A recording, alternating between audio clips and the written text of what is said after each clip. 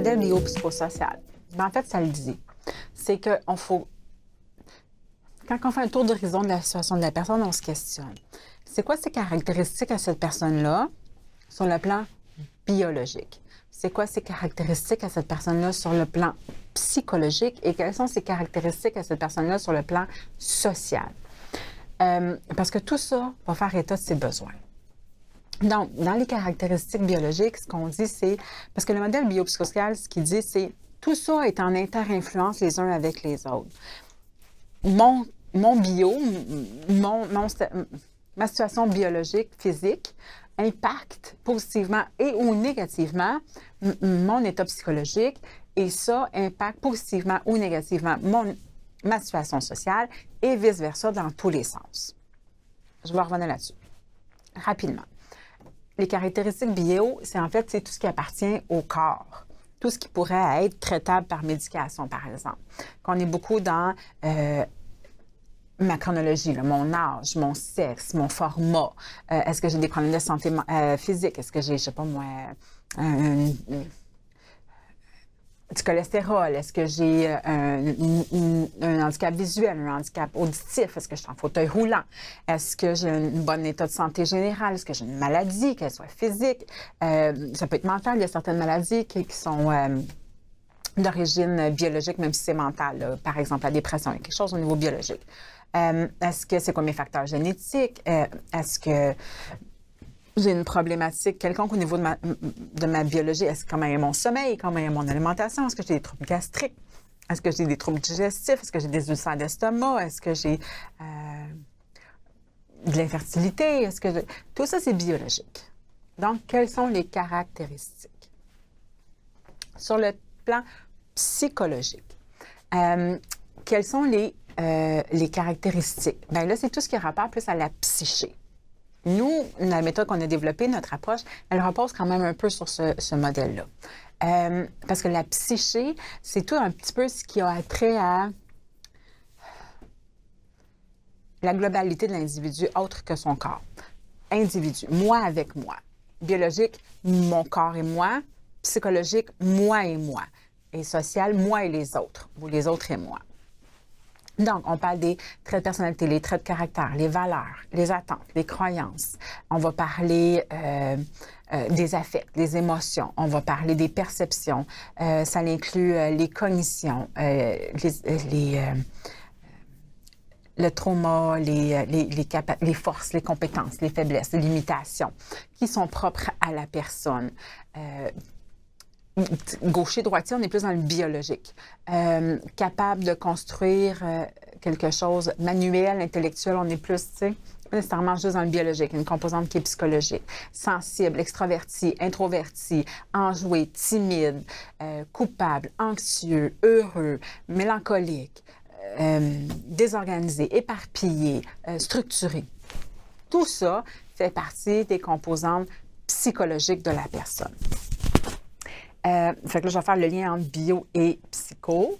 Donc, si, par exemple, je vis beaucoup d'anxiété, ou j'ai une tendance à ruminer et à m'inquiéter pour tout et rien, ça va assurément avoir un impact sur la qualité de mon alimentation, ne serait-ce que par ma capacité à digérer tout ça, parce que quand on est très anxieux, qu'on vit beaucoup d'émotions, il y a quelque chose au niveau digestif qui est affecté parce que les émotions sont ici.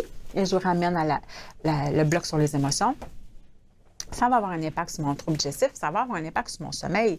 Parce que quand on est très anxieux, on a une tendance à ruminer beaucoup et on a de la difficulté à dormir. On a misère à s'endormir, on a misère à se réveiller, ou l'inverse, on ne fait que ça. On est dans la démesure. Bien, comment va être votre niveau affectif, votre niveau d'énergie ou votre humeur si vous êtes très fatigué, sous-alimenté, et que vous avez de la misère à digérer, puis vous vous sentez souvent gonflé. Tu sais, les syndromes de côlon irritable, toutes ces choses-là. Il y a quand même une composante au niveau psychologique dans ces troubles-là. Oui, il y a une composante physique, mais il y a une composante, plus il y a de stress, plus il y a de symptômes. Il y a quelque chose qui va ensemble. Alors, si vous ne dormez pas beaucoup et que vous avez de la difficulté, vous ne bougez pas assez, par exemple, parce que ça aussi, c'est un mécanisme qui régule, en tout cas, qui aide à réguler les émotions, bien, comment vous allez vous sentir, puis comment vous allez être? Bien, vous allez être plus maussade, plus irrité, plus impatient. Ça, qu'est-ce que ça va avoir comme impact dans vos relations, par exemple? comment ça va affecter votre estime, comment vous allez vous sentir si vous avez été impoli ou vous avez été, je sais pas, moins impatient avec quelqu'un, puis vous avez l'impression qu'il ne méritait pas, ou si vous avez fait une bévue, puis vous avez des conséquences.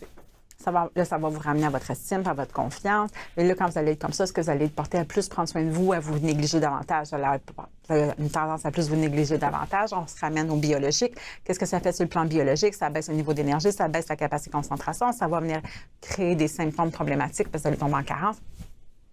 Tourne en rond. Parce qu'il y a une inter-influence directe entre le bio et le psycho. On va continuer à lier nos trois dimensions.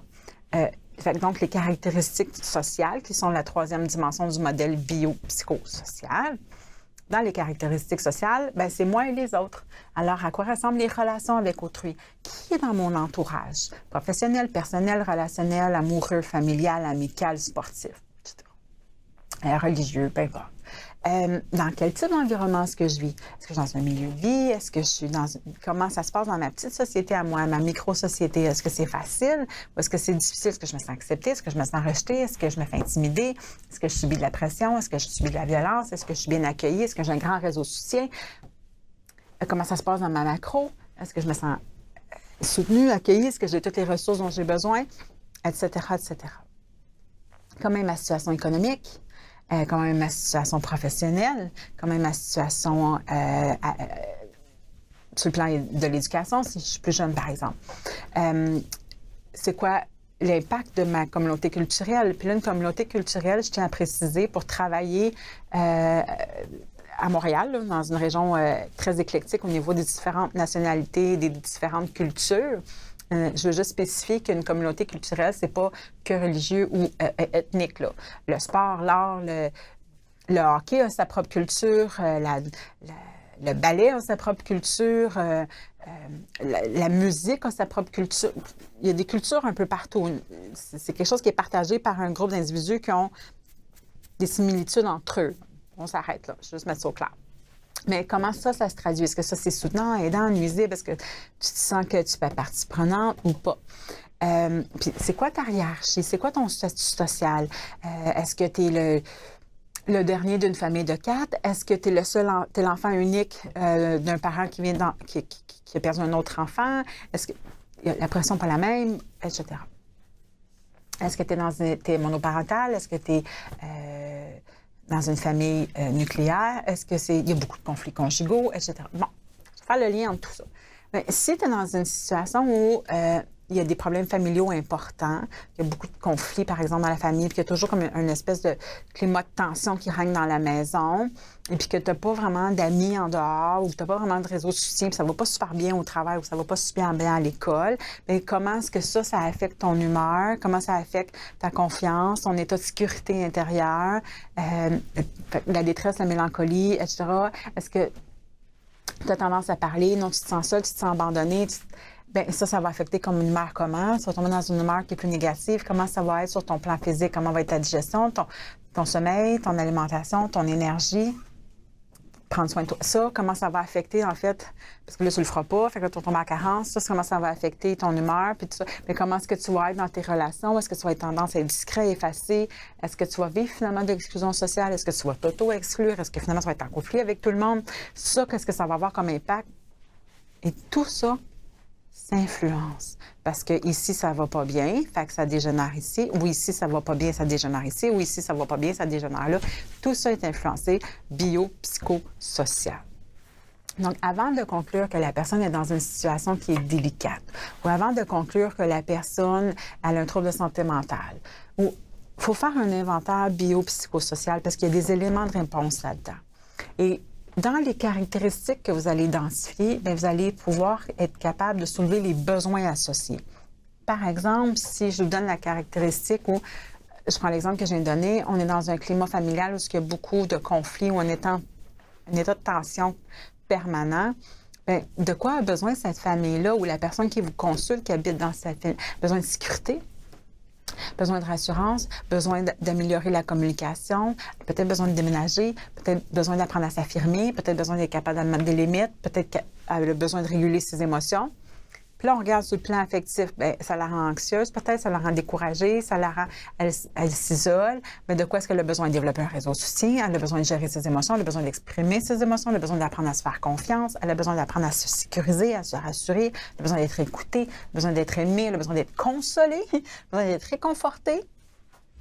Sur le plan biologique, on a dit que ça avait un impact. Elle ne dort pas bien, elle ne mange pas bien, elle a des troubles digestifs. Elle a besoin de faire, faire une activité physique quelconque pour extérioriser. Elle a besoin d'apprendre à se calmer. Elle a besoin de repos, elle a besoin de sommeil, elle a besoin d'une alimentation équilibrée parce que d'avoir toutes ces vitamines puis ces minéraux, qu'est-ce que ça va faire? Ça va lui redonner un niveau d'énergie qui est soutenable. Bien, quand on a beaucoup d'énergie, on est capable d'affronter les défis. Quand on n'en a pas, on est à plat, on n'est plus capable de faire face à l'adversité. Il faut aussi s'occuper de son corps, parce que son corps, s'il est bien régulé puis qu'il va bien, il va baisser le niveau d'anxiété parce qu'il ne sera plus en signal d'alarme en train de dire « Je suis menacée dans mes organes, je suis menacée dans ma survie parce que je n'ai pas assez d'oxygène, parce que je ne respire pas suffisamment bien. » Parce que l'anxiété fait qu'on respire ici. Fait qu'il faut aller respirer ici. Parce que je m'alimente moins bien, parce que je suis anxieux, puis je ne prends pas le temps nécessairement de bien assimiler mes repas, de bien mastiquer ou peu importe. Souvent, les gens vont être portés à peut-être manger moins bien, boire davantage, peut-être consommer. Bien, ça a l'impact sur mes organes. Et là, ça vient réduire ma capacité à m'autoréguler. Fait qu'il y a plein de besoins ici qui sont peut-être de l'ordre de la gestion de la consommation, de l'alimentation, de l'équilibre repos, nourriture, etc. Fait que toutes les caractéristiques que vous allez soulever, en dessous de tout ça, bien, il y a des besoins. Il faut répondre à ces besoins-là parce que c'est ce que cherche à faire la personne et elle le fait avec les moyens qu'elle a, donc les stratégies qu'elle connaît et elles ne sont pas toujours adaptées et efficaces et parfois elles nuisent plus qu'elles aident. Et ça, il faut faire l'inventaire avec la personne. Les stratégies que tu utilises, est-ce qu'elles sont aidantes ou nuisibles? Bien, c'est quoi les conséquences positives? C'est quoi les conséquences négatives? Bien, c'est quoi les autres options de stratégie qu'on peut utiliser pour que tu aies encore les conséquences positives sans les conséquences négatives? À partir des besoins qu'on va explorer avec la personne. Qu'avant de conclure, on va faire cet inventaire-là. Le modèle biopsychosocial aussi, il est intéressant pour, ou en tout cas, son utilisation prioritaire sert à classer, hiérarchiser. Qu'est-ce qui a le plus d'influence sur le reste? Est-ce que c'est la problématique, est-ce que c'est la dimension sociale, bio ou psycho qui est la plus dominante, donc celle qui a le plus d'influence sur tout le reste? Si on règle les problèmes familiaux, est-ce que la personne elle va être en meilleur état psychologique, puis est-ce qu'elle va mieux se sentir physiquement? Ou est-ce que finalement, il faut qu'elle soit en meilleur état psychologique pour arrêter d'avoir des problèmes familiaux? Ou est-ce que finalement, elle a des problèmes psychologiques parce qu'elle a des ennuis de santé importants qui font en sorte qu'elle est toujours stressée ou anxieuse, elle a l'impression qu'elle n'a pas de support, fait qu'elle agresse son partenaire? Bien là, il faut commencer par le bio. Ici, il faut commencer par le premier exemple, il faut commencer par le social. Le deuxième exemple, il faut commencer par le psychologique. Puis dans le troisième exemple, il faut commencer par le biologique. Alors, ça permet de prioriser quand on comprend. Ensuite, ça permet de soulever les besoins et ceux-là aussi, il faut les prioriser. Lequel besoin on répond en premier? Est-ce qu'on est dans un besoin de sécurité en premier ou est-ce qu'on est dans un besoin, par exemple, de régulation affective? Est-ce que c'est manger la priorité? Est-ce que c'est dormir la priorité? Il faut regarder c'est quoi les priorités. Et quand on ressort tous les besoins, en sortant les caractéristiques, on ressort les besoins, et là, on peut classer et puis on peut dire, OK, numéro 1, numéro 2, numéro 3. Et là, des fois, on a 3, 4 numéro 2 ou 3 en parallèle. Bien, ça veut dire que ça va prendre plus qu'un accompagnement. Fait, où est-ce qu'on va référer la personne pour pouvoir assurer une certaine réponse à tous ces différents besoins-là qui sont aussi importants les uns que les autres parce qu'ils affectent autant la situation de la personne. Fait qu'il faut classer, il faut identifier les informations puis il faut les classer par ordre d'importance. Fait que lequel a le plus d'impact sur les autres? Parce qu'on commence par celui-là, parce qu'on ne peut pas tout faire. Et ça, tout ça va vous permettre d'établir des objectifs qui sont clairs pour la démarche thérapeutique et pour l'individu aussi. Et ça va permettre soit de regarder un plan d'action ou un plan de service, peu importe, mais ça va permettre d'avoir une directive et une orientation. Et ça, c'est rassurant pour le client ou la cliente parce que ça lui permet de dire « ça va finir par finir. Je sais où je m'en vais. » L'être humain a besoin de repères. Ça calme les anxiétés. C'est rassurant. Et puis, si en plus, le thérapeute qui m'accompagne me comprend parce qu'il est capable de faire la globalité de ma situation puis il a identifié tous mes besoins, ça aussi, c'est très rassurant parce qu'il est en train de m'aider à m'occuper de tout ça. Ça veut dire que je suis au bon endroit, je suis en sécurité puis je sais où je m'en vais. Et là, on peut baisser les gardes. Et là, on arrive dans un espace de négociation qui est beaucoup plus facile, puis la collaboration se fait plus facilement avec le client. Fait que quand on parle de situation particulière, puis qu'on dit intervenir en situation particulière, c'est un peu tout ça qu'on parle. Mais en dessous de tout ça, gardez en tête le modèle biopsychosocial. Et là, il y a les particularités au niveau de la désorganisation, de l'agressivité ou de la détresse. Et selon le degré, l'intensité, la récurrence de tout ça, parfois, on fait appel aux aides externes qui sont parfois le 911. Sinon, bien, il y a les stratégies que je vous ai données qui sont plus particulières. Et somme toute, pour l'ensemble de l'œuvre, le reste est applicable à peu importe la situation. On va aller dans une autre formation.